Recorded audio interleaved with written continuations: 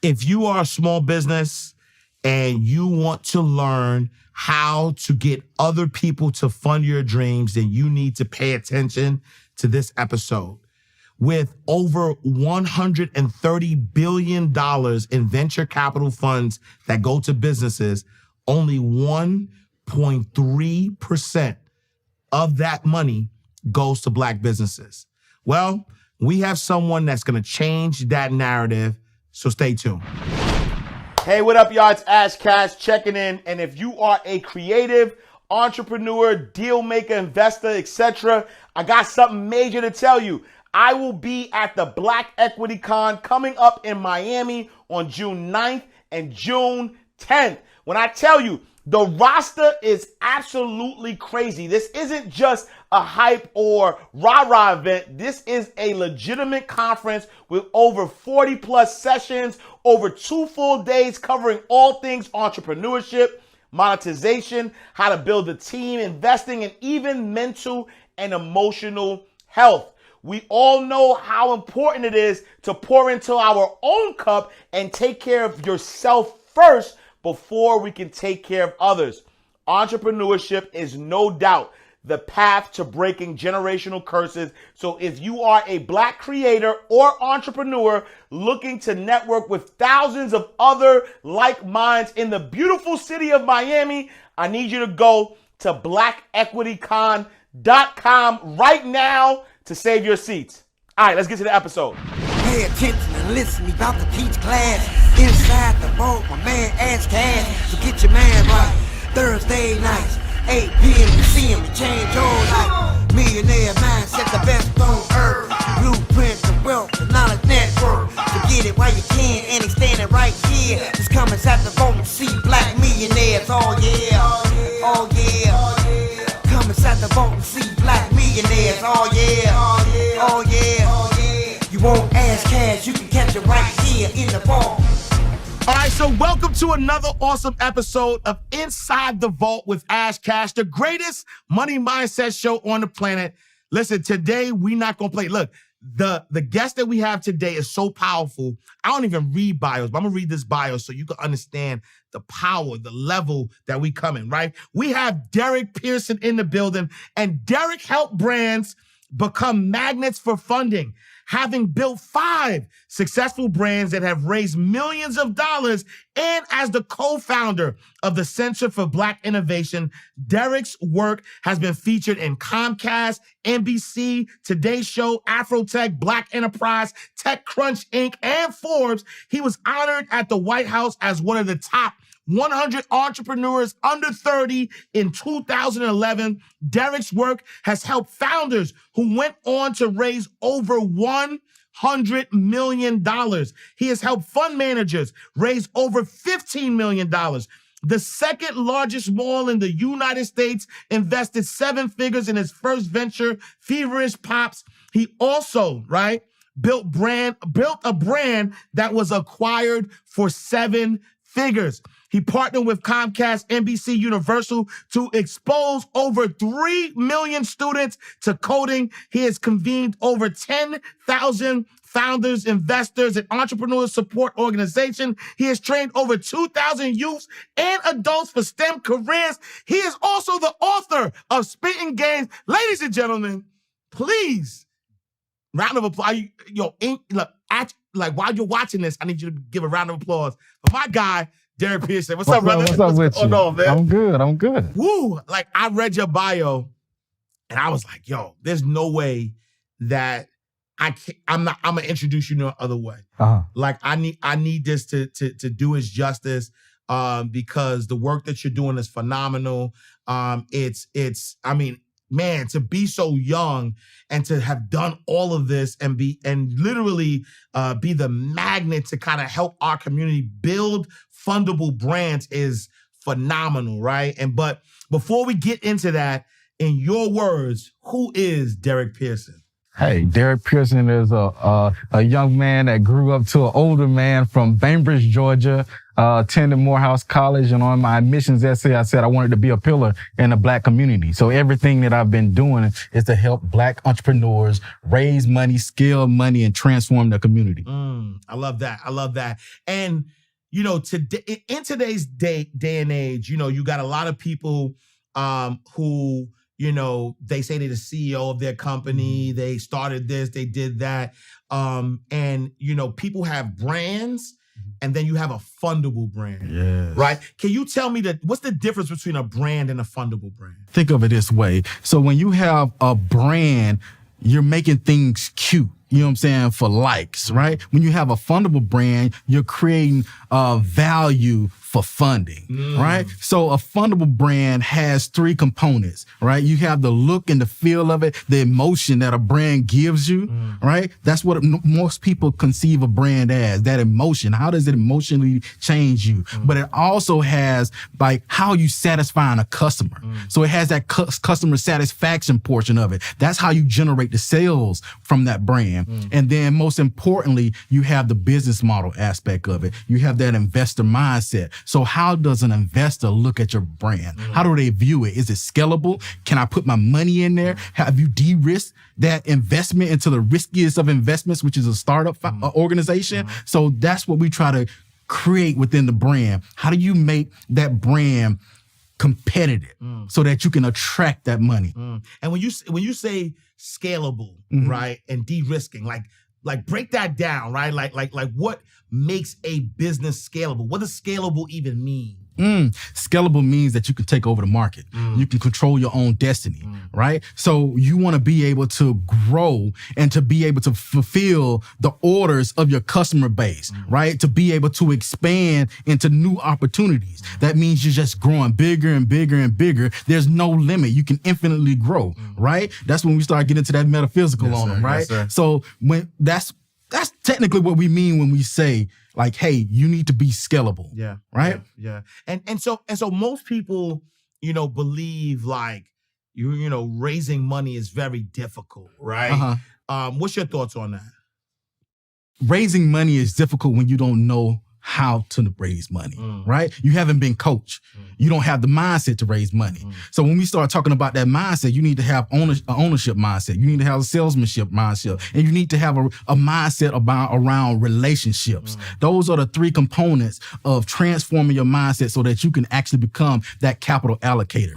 Most people don't realize that CEOs are capital allocators, right? They actually raise that money and they know how to deploy that money so that they can maximize the returns because they have a fiduciary responsibility, a legal responsibility to the shareholders to make as much money as possible. So you want to make sure that you have that mindset. You need to transform whatever mindset you currently have to one of generating as much profit, impact, and wealth as you possibly can. Man, you ain't come to play, right? And so, you know, I think that, you know, when people think about you know, scaling their business, taking their business to the next level, or looking for venture capital, they're only looking at the money, right?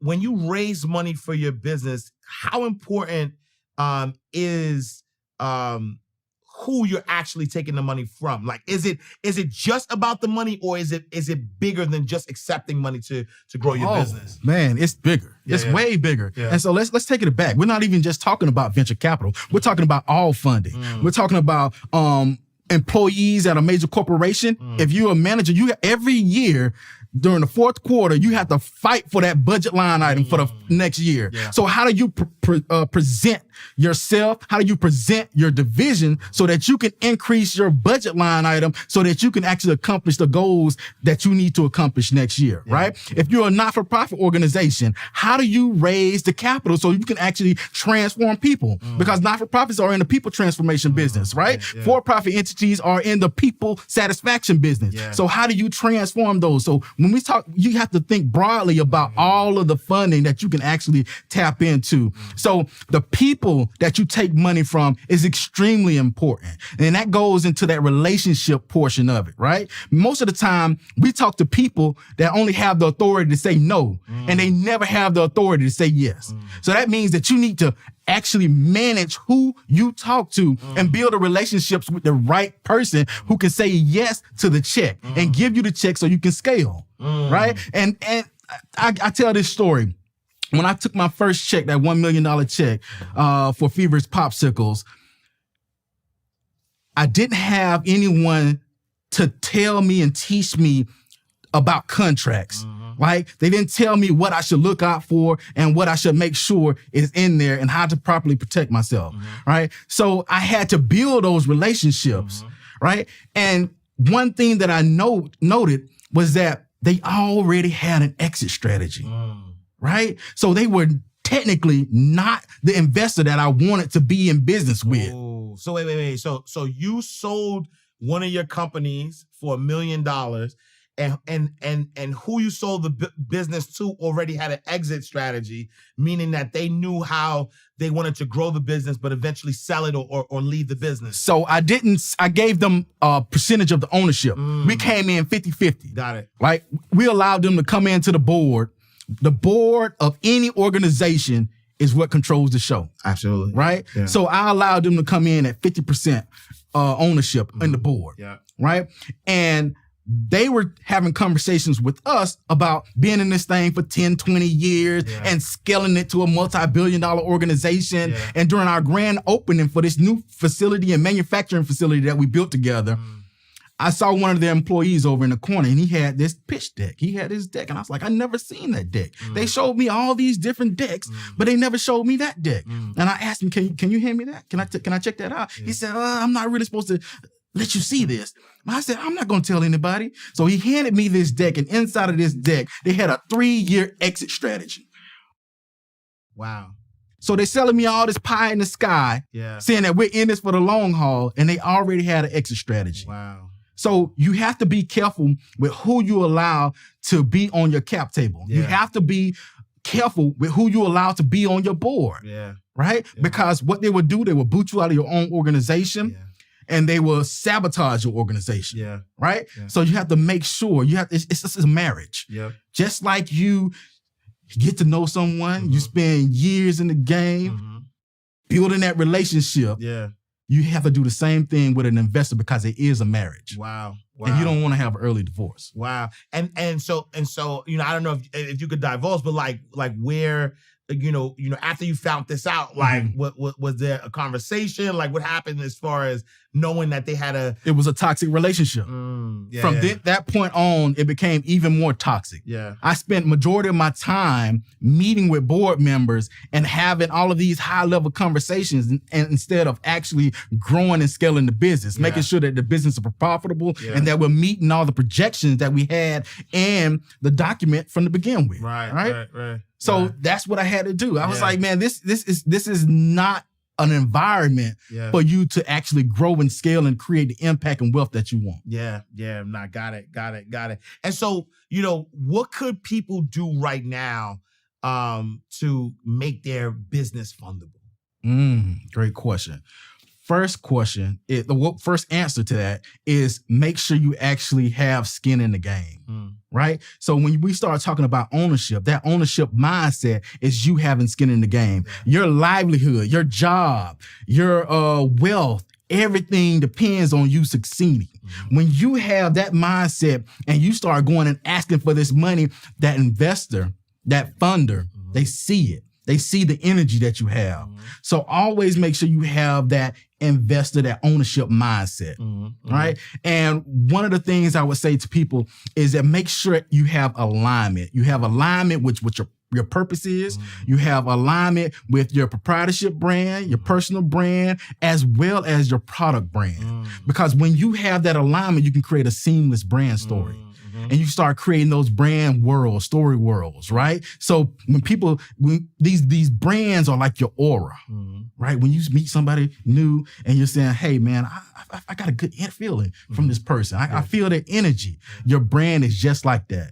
It's either going to attract somebody or it's going to detract people, right? It's going to push them away. So you need to make sure that you have the alignment, and you need to make sure that your story is concise and it's compelling. Hey, how you guys doing? Hold on, don't press that button, because that's what I do every time I'm looking at an ad that I don't want to see. This ad just happened to be life-changing. I just happen to own one of the biggest home healthcare companies in the state of Georgia. I can help you create your own. Just to give you a little bit of insight, I send out registered nurses, LPNs, and CNAs to take care of people inside of the homes that cannot take care of themselves. But guess what? You don't have to have any medical background, and you don't have to have any medical knowledge. So if you're wanting to change your life and you have a passion for actually taking care of people, then go ahead and sign up for Home Healthcare Blueprint. I'll see you guys later. And then once someone has that, right, they've created this alignment. Like where do you look, because again, I know there's a lot of people that have like great ideas, and they just don't know where the money is. They don't know, how to find the money. They don't know how to, attract, investors, or, like even from a nonprofit perspective, like, like where does someone find money to invest in their business? So let's talk about the three different types of capital. You have financing, you have equity financing, you have debt financing, you have charitable financing, right? So the government will also fall underneath that charitable financing, because you have those SBIR grants that you don't have to pay back, right? So when you look for that funding, you figure out what your purpose is, and you have that alignment with your organization and your brand, you Google and you look for people who are looking to invest in that, right? So if you are a not-for-profit organization and you focus on economic development, you're going to look for major foundations that fund economic development programs, right? So you're looking for the Coffin Foundation. You're looking for the Certain Foundation. You're looking for the Knight Foundation, right? So if you are a funder and you have a beauty care line, you're going to look for venture capitalists or private equity, depending on the level of your business, who focus on CPG companies, consumer packaged good companies, because that is their lane, right? So you have to be able to identify and understand the industry that you are in, and then attend conferences and events that are around that, right? That focus area. Yeah. And that's the way you actually raise this money and scale it. Yeah, and relationships is the key. Yeah, and I was gonna say that because I think a lot of people don't realize that it's not just one way, right? It's not just like, all right, shoot an email and that's it. Like you said, attend conferences, meet people, have those, conversations, build those connections, and then so like, as you're building the connections, how does one approach someone about funding, right? Like what does that conversation sound like? Like if I find a organization that's funding, or venture capital, or private equity, if I find the type of funding that I'm interested in, is it just like, hey, I have this business, I need money for it, or like what does the conversation look like? Hi, my name is Derek Pearson. I'm the Executive Director of the Center for Black Innovation. Our purpose is to eliminate innovation deserts in Black communities and to make capital pathways more equitable. We do that through our four main pillars. Our first pillar is entrepreneur support. It has two programs. The first program is our accelerator program. The second one is our Investor Accreditation Academy. The second area is our education division. We rebranded just last year from Code Fever Miami to the Center for Black Innovation to better encompass the totality of the work that we do. And we focus on cybersecurity as well as full stack JavaScript development.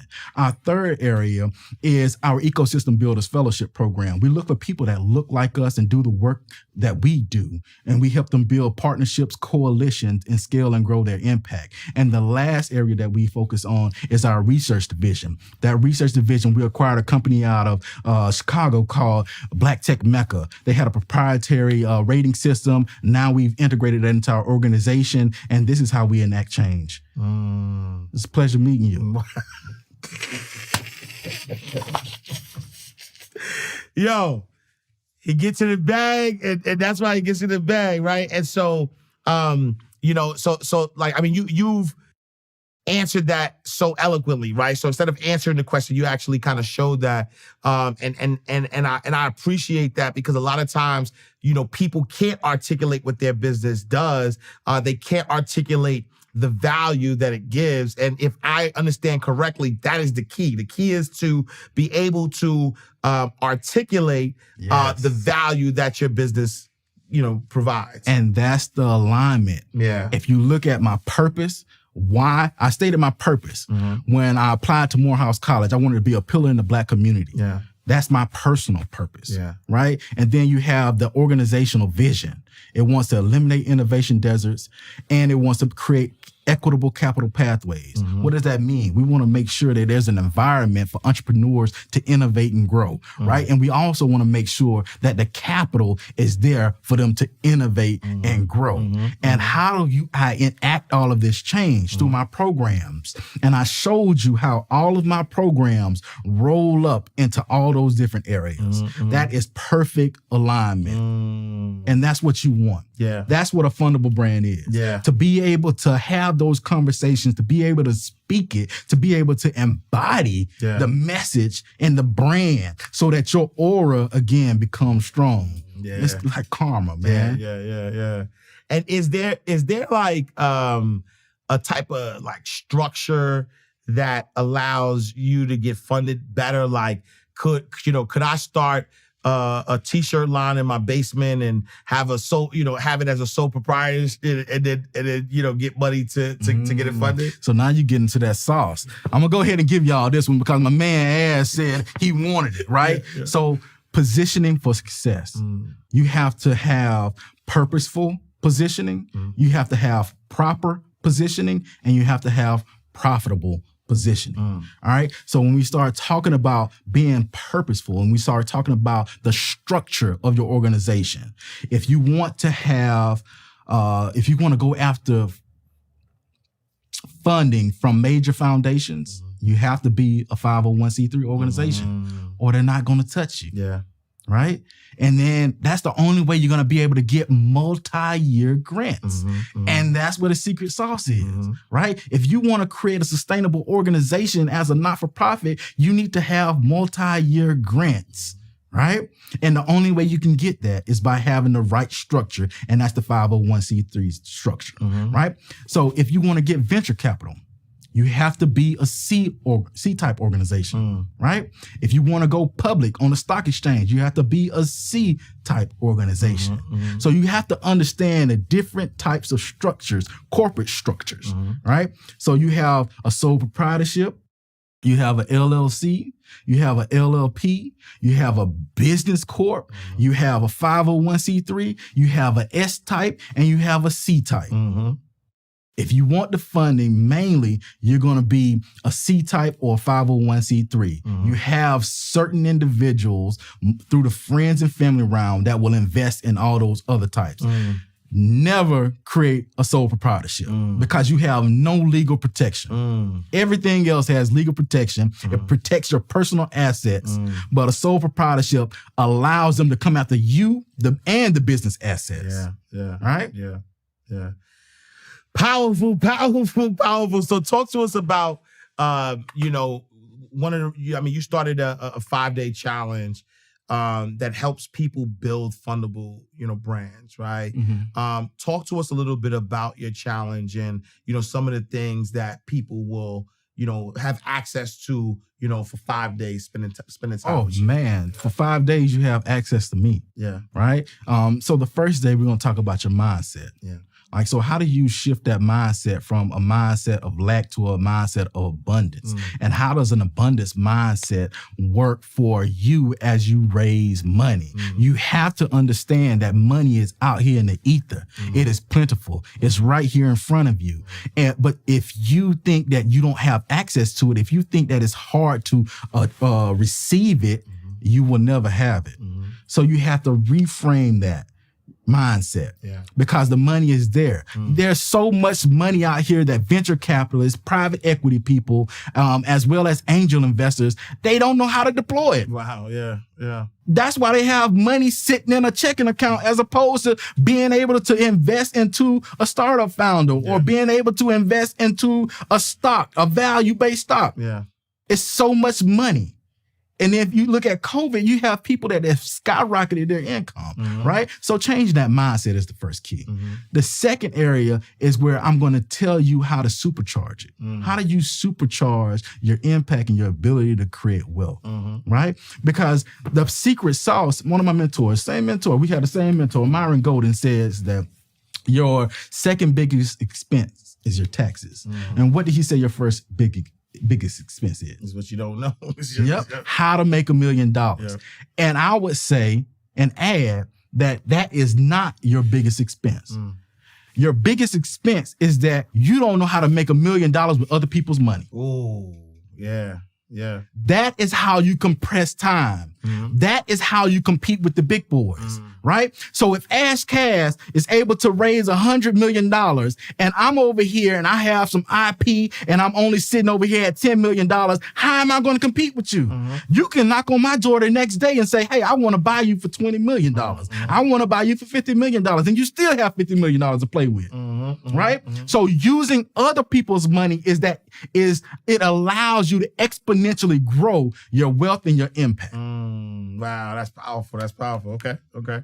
And then so you talked about the first day, second day, and at the end of the 5 days, like what are people gonna get? So at the end of the 5 days, what people are gonna get at the end of this challenge is they're gonna have a full brand story. They're gonna be able to create brand worlds. They're gonna be able to have conversations and pitch themselves just like I pitched you about the Center for Black Innovation. And that's the first step in being able to raise money. Not only that, they're gonna know where to identify the funders for the corporate structure that they have created for their own business and venture.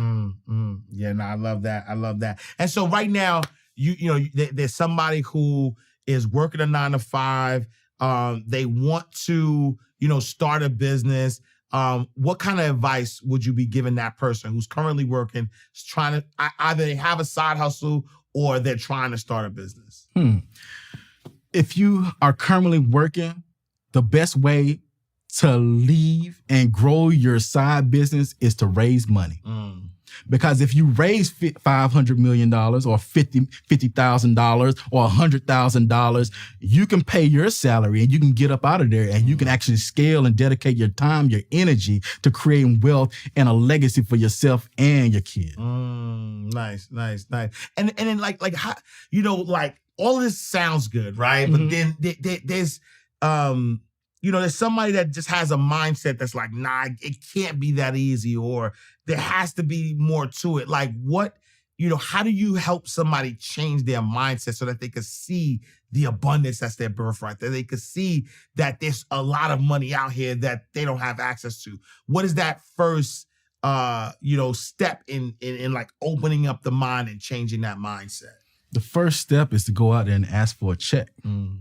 Like once you create your brand story and you create that alignment, you can go to a not-for-profit organization. If you're a 501c3 organization, go to a foundation and say, hey, I want $5,000. Or you can go to the next one and say, hey, I want $10,000.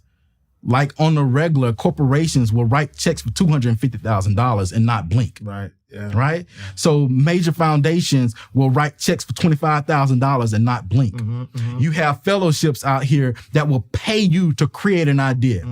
If you look at the Echo and Green Fellowship, the Echo and Green Fellowship will pay you $80,000 for your idea and your concept. They will give you health care and you can scale and grow your impact. You can do what you were meant to do. Wow. And so if I hear you correctly, it almost feels like get the no, right? And instead of staying in your head and saying that there's no opportunities, go out there and improve it. And just ask. Just ask. You have not because you ask not. Closed mouths don't get fed. Facts. Yeah. Right? Yeah. And so what the thing is like we stated earlier, like when you have these individuals, you are most people talk to people that do not have the authority to say yes. Yeah. Right? So the quality of your your questions dictate the quality of your answers. So you need to ask them the right questions, right? A fundable brand is a brand that provides a solution, right? A brand that gives a person what they want. Like we were saying earlier, a not-for-profit organization is in the people transformation business. A for-profit entity is in the people, what? They are in the people satisfaction industry, right? So are you selling what they're buying? Yeah. That's the secret sauce. Most people are out here selling to people that don't want what they're selling. Right, 100%. Yeah. Right? Yeah. So I can't go to a Procter and Gamble and say, hey, I'm a not-for-profit and I'm selling this people transfer. I'm selling this program that has nothing to do with CPG companies. If I have a program that teaches entrepreneurs how to create CPG companies, Procter and Gamble will write that check. If I have a program that teaches people how to get into Web3, and teaches people how to get into fintech, Barclays will write that check. Yeah. Wells Fargo will write that check. Yeah. You have to sell what people are buying. So ask the right questions. What does success look like for you? What do you actually want? Wow. What do I need to provide for you to write that check? Wow. At the size that I want you to write it. Right. Like what? I need you to say that again, right? Because I love those questions, because what does success look like for you, right? And the reason why I think that's so important is because a lot of times people are going into things thinking about themselves, right? They're thinking about what this check would do for them personally or for the Fallacy of an business. entrepreneur. Yeah. An entrepreneur startup, the first thing and responsibility of that startup is customer discovery and customer acquisition. Yeah. And you have to identify what are the needs of the customer. Yeah. It's not about what Ash wants. Yeah. It's not about what Derek wants. Yeah. It's not about what anybody wants. It's about what the customer wants. Yeah. Because if you're not selling what they're buying, you're going to be sitting on a lot of trash. Wow. What do you want from your business? Hey, wait. I know you want to watch this next video, but listen, if you are an entrepreneur, business coach, business consultant, or a small business owner who has a story and wants to learn how to create multiple streams of income from your story, I need you to text me right now, my book, to 646-687-4152. That is my personal number.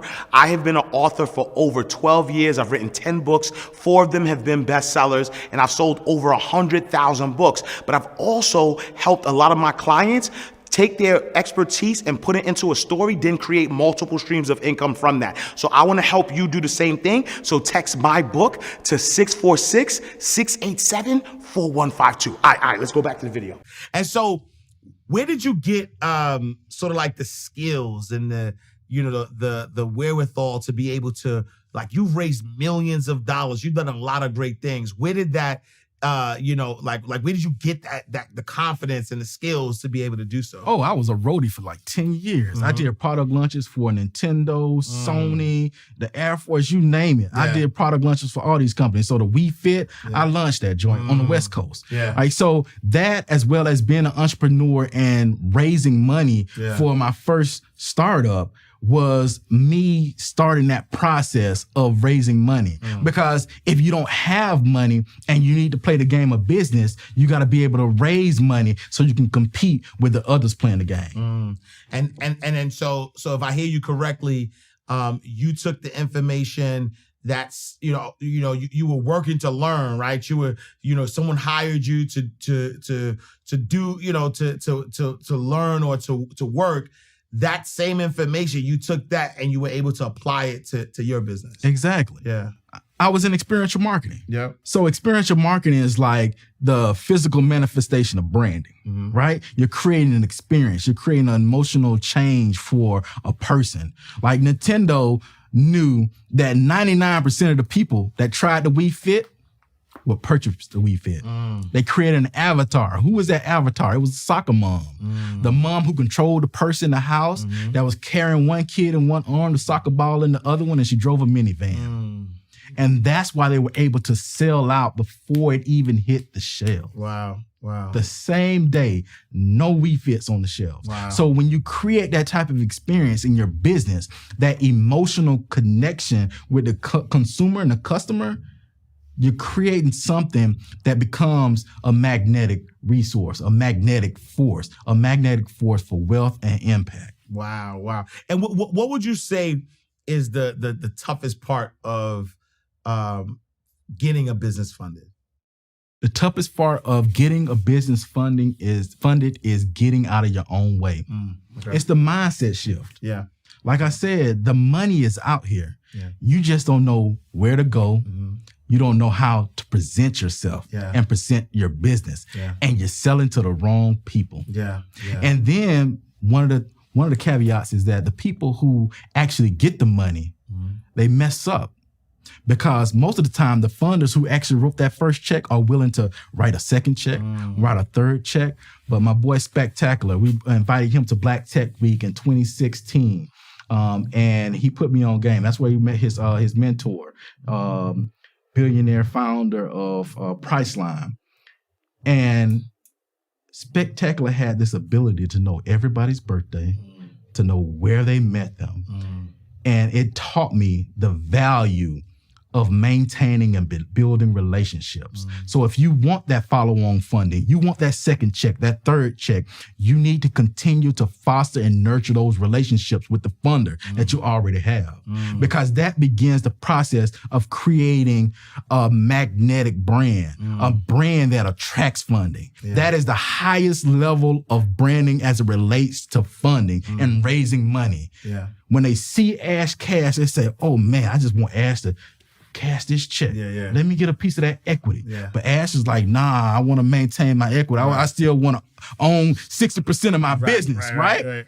But you have all these people around you, checks start getting larger. Here's 100. Yeah. 100,000. Here's $1 million. Yeah. Here's 100 million. Hey, I'll buy you out for $1 billion. Right? Yeah. That's when you have that attraction. Your brand has that aura to be able to attract that funding. Yeah. And now you have the ability to say no and keep it moving because now you can do whatever you want to do. Yeah. Right. Yeah. And you know, what would you say is the biggest mistake that people who are looking for funding for their business make? The biggest mistake is that they're not making the right ask, right? They're either asking for too little or they're asking for too much based on where their business is at that time or the strength of their idea. Yeah. Let me tell you this. One way that you can raise as much money as you need for your business is by having a competitive moat. Warren Buffett said this. A competitive moat is a protective moat around your business. That means that your competitors can't even come and compete with you. Wow. Right? That can come in the form of an exclusive contract with a major corporation. That can come in the form of IP, where you have a patent and trademark. That comes in the form of you just having so many people on your platform, a billion people on your platform, like Instagram. Instagram wasn't making no money. They was losing money. Right. But it had 1 billion people. Right. So Facebook said, okay, I'm gonna pay you $1 billion+. Yeah. They had a competitive moat. Right. Like the same thing with TikTok. Right. TikTok could write their own check, right? Yeah. Because they were able to compete with everybody else because of their platform and the user base. Yeah. Either you're gonna have user bases or you're gonna have IP that protects you, or you're gonna have partnerships that create the exclusivity around your product and your service. Got you. And so let's switch gears a little bit, right? You are, a successful entrepreneur. You've helped businesses get funding. You help them now. With where you are today, if you were to go back in time and talk to 18-year-old Derek Pearson, what advice are you giving Derek at 18? If you have no buns, you get no funds. Okay. So you have to build lasting relationships with people. Yeah. Like, we're not talking about the superficial relationships, right? The same way we look at a brand, and a brand has those 3 areas. It focuses on the look and the emotion that it gives you. It focuses on the value that it gives to the customer, and it focuses on the potential value that it gives to an investor. You need to be able to create bonds where you are a resource to them. They see value in you.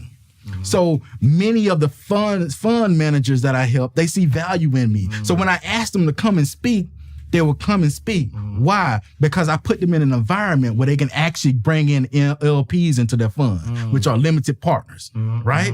So I bring entrepreneurs to speak because entrepreneurs know that I'm going to have angel investors in the audience. They know that I'm going to have venture capitalists in the audience. And if they are far along, they're $100 million, $200 million a year revenue company, I have private equity people in the audience. You always have to be a resource, and that's how you create those bonds because they know that they can depend on you for that need, and they're always going to call you, or you can depend on them. Nah, I love it. And you know, you said this a few times, you know, in the episode. We talk about private equity, right? For those who are looking, who may not know what private equity is, what is private equity? All right, so the skinny is this. So when you create your organization, a startup is the riskiest of investments, right? Right. So the only people who actually invest during that time period are the friends and family. Either you gonna put your own money up, cash gonna say, hey mama, I got this idea. You willing to invest $10,000 in your son's business? Or you have this angel investor, you got a CPG company, and you have this individual over here, Derek. Let's just say you have Derek over here. Derek is a previous executive from Procter & Gamble who specializes in creating products, consumer products, right? So I see the value in the product that you're creating. So I'm gonna invest. So that's one key mistake that people make, is that they don't actually seek money from people who specialize in the field that they're going in, the industry that they're going in, right? So that's what venture capital is. And then you have the seed round, you have the A round, the B round. So all that means is that I'm raising money at different time periods, at different points in the business. So my value, they say I can sell I'm valued at $1 million, right? Or I raise between $1 million and $5 million. And anything over that $5 million, then I start going into my A round. Then my third round, I go into my B round. So that's what venture capitalists, that's what that's their playground, right? Private equity is different. Private equity doesn't invest in speculation. They invest in businesses that are actually generating profits and revenues, right? So you have to have a strong or viable business in order for you to get the private equity dollars, right? So all we're talking about is two different buckets, right? So you have venture, you have private equity, then you have investment banking. They're entrepreneurs that are ready to go public and be listed on the NASDAQ and be listed on the New York Stock Exchange, right? And then you have hedge funds. Hedge funds are just like the bottom feeders. They buy up anything. They want anything, right? Normally they don't go into venture because they have a financial responsibility to a lot of their money coming from pension funds, right? So they can't go that far down, but they pay in anything else. So real estate, private equity, publicly traded entities, like commodities, hedge funds do it all. And I love that. Appreciate that. And so what would you say now, you know, at the level of success that you're at, you know, what would you say is the most extravagant thing you've done with money personally?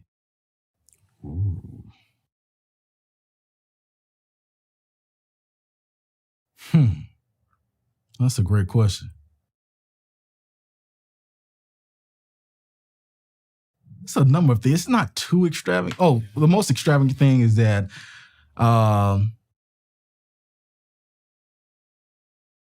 my wife, she test drove a 2021 Mercedes GLS 450. And the week later, I went to the store and I bought it for her. Nice. Right? So, and then she also wanted to be a property owner. So we went to my old town, Bainbridge, Georgia, and we saw this property, lakefront property, and we went and bought it in cash. Nice. So we're going to build her retirement home there. Nice. And what would you say is the most impactful thing you've done with money so far? The most impactful? The most impactful would be starting Cold Fever Miami. Because when we had Feverish Popsicles, we made sure that 5% of our revenues, our profits, went into not-for-profit organizations. So 5% of all the money that we were making went into Cold Fever Miami, right? And Cold Fever Miami became the Center for Black Innovation. Cold Fever Miami created Black Tech Week. Cold Fever Miami created the VC in Residence program. And we've helped and supported all of these organizations to be able to tout that the entrepreneurs that we helped and supported and influenced have raised over $100 million. Wow. The fund managers they have raised over $20 million. Wow. And not-for-profit organizations, we've helped them raise over $15 million. Wow. Right? So we're helping people make all this money. Wow. Wow. And so when it's all said and done, I will be, finish the sentence for me, right? When it's all said and done, I will be. When it's all said and done, I will be the owner of the largest Black bank in the world. Wow. Wow. No, I love that. I love that. If you are an entrepreneur, business coach, or small business owner who wants to get more visibility for your product or service, then consider advertising on Inside the Vault. We have been seen and heard over 2 million times, and as the show continues to grow, your ad would be embedded in our episodes forever. So the return on investments on advertising with us is unmeasurable and invaluable. If you're interested in this once-in-a-lifetime opportunity, then text podcast to 646-687-4152 or email us at info@insidethevaultshow.com. Allow your business to get the visibility that it deserves. All right, so we're gonna do our lightning round, and in our lightning round, what we do is we take bank terms and we flip them for us inside the vault. Nice. Right? And so our first term is gonna be deposit slip. Right. Okay. And when you a deposit slip, you go into the bank, you fill out the deposit slip and you put the money into the bank, right? But for us here inside the vault, deposit slip is a money mistake, a slip up. What would you say is the biggest deposit slip that you've made in your journey so far? The biggest one. Before me and my wife, we started Feverish Popsicle, we were in experiential marketing, like I said earlier. Nintendo had let us go. We used the last of our savings to invest in an old P30 box truck for an ice cream truck. Okay. That same day we got it, we drove it off. We drove around the block and it died. Wow. So all of our savings were tied up into this broken down truck. Wow. That we used to start our business. Wow. So that was our biggest mistake. Oof. And then what you wind up, how did you bounce back from that? What'd you wind up doing? The universe helped us. The universe helped us because a company out of Jupiter called us to do an ice cream event for 500 employees at 2 of the locations right down the street from each other. So we hired a tow truck to tow the truck from Delray Beach, Florida, all the way up to the top of Palm Beach County, from the bottom of Palm Beach County to the top of Palm Beach County, and do the event. Wow. And the truck broke down in front of the owner of the business. And he got out, he came and helped me push the truck to the next location. Wow. But every year after that, they hired us to do their employee appreciation parties. Wow. Wow. And he never lets me forget. Wow. All right, term number 2 is charge off, right? And so charge off, you borrow money from the bank, you don't pay the bank back. The bank is trying to figure out how they can get the money, but eventually, like, you know what? I ain't never gonna get this money back, so I'm gonna charge it off. For us inside the vault, a charge off is people or mindsets, right? What kind of people or mindset did you have to charge off while you were on your journey? You had on my journey, I had to charge off the mindset that I can do everything by myself. Oh, yeah. And that's why I say you have to build the bonds in order to get the funds.